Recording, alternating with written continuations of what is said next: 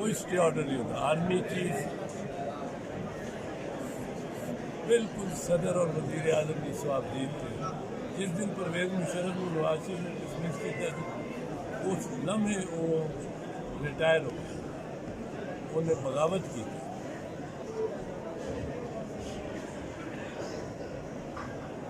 Lieutenant general तक कानून ने मियाद मुकर्रर की थी। लेफ्टिनेंट जनरल तो निकल के तुसी आर्मी चीफ हो जाओ या नेवी के चीफ या एयरफोर्स के चीफ। उस तो बाद तुहाडा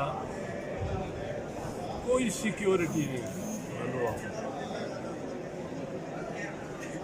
गवर्नर होते हैं गवर्नर है, अटॉर्नी जनरल है, ऐसे है और होते भी आइन के तहत आईनी होते अटॉर्नी जनरल है, गवर्नर है।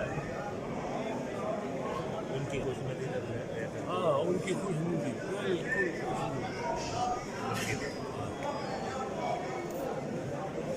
आप समझते अदालत ने अपने इख्तियारात से तजव्वुज़ करा है? अदालत ने तो बात मुकदमा सुना ही नहीं, ये पॉइंट सुना ही नहीं।